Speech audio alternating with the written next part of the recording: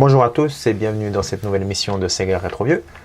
Aujourd'hui, un jeu encore méconnu, cette fois-ci sur Saturn encore, avec vraiment, on peut dire, un jeu de combat.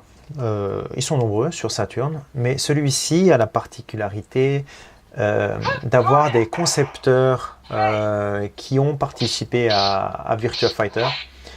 Et donc, on voit la ressemblance plutôt avec le jeu de Sega.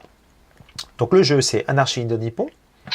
Il n'est sorti qu'au Japon et que sur Saturn. Tout est en japonais, hein, bien sûr, mais comme c'est un jeu de combat, ça ne pose pas trop de problèmes. Là, je suis en train de filmer sur ma iNavi Saturn pour qu'on puisse voir un peu la comparaison avec un écran, on va dire, de haute qualité. Vous voyez, on a une certaine particularité où on peut jouer avec les concepteurs du jeu. On va prendre la jante féminine tout de même, hein, parce que j'ai envie de voir si comment elle se débrouille. Le jeu est plutôt technique, hein, il faut dire ce qui est. Ça reste proche de Virtua Fighter. Donc, juste un petit gameplay. On peut le trouver au Japon relativement facilement. Voilà, je me fais déjà avoir. Voilà. Hop, j'ai essayé de la prendre. Hop. Alors là, j'ai peut-être une technique. Voilà, je fais. Des fois, ça peut marcher. Ah, j'ai essayé de le prendre. Voilà, je vais avoir un KO. Un KO. Je me suis fait avoir. Voilà. Graphiquement, c'est vraiment bien fait. Hein.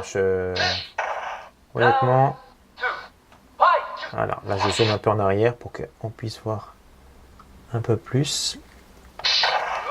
Donc, voilà. C'est jouable hein, sur un écran comme ça. C'est vrai qu'au début on se dit actuellement, vu qu'on est en 2018, hein, on peut se dire non mais cet écran il est minuscule, même, même mon iPhone est plus grand. Mais c'est vrai que l'écran a quand même 23 ans à peu près, donc pour l'époque, c'était vraiment bien.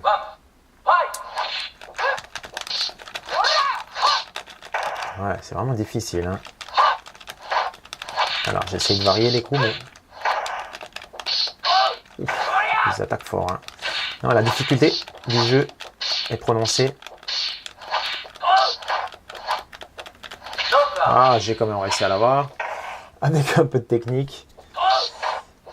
Alors je rezoome. Mon écran a une pellicule, je ne sais pas pourquoi. Et j'aimerais bien le réparer, mais pour ce qui est de la pellicule, on est un peu difficile à enlever. Donc voilà, hop.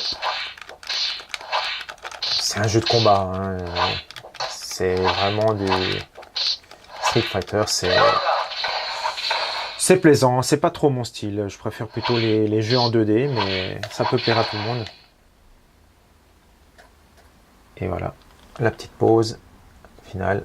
C'est proche aussi au niveau du Dead or Alive, pour ceux qui connaissent. Donc un jeu vraiment sympa que je conseille. Il n'est pas trop cher encore au Japon, on peut le trouver. Pour ceux qui veulent vraiment avoir une collection complète, pourquoi pas. Après les autres... ils passeront hein, leur tour, hein, j'ai envie de dire. Donc là, je vais zoomer un peu en arrière. Tac. Je me mets normalement. Et donc de loin, c'est un peu compliqué. Hein. Mais si on se met un peu plus proche, eh bien, on peut avoir une bonne résolution.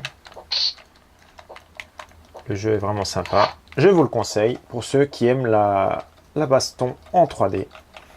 Voilà, c'était vraiment un petit...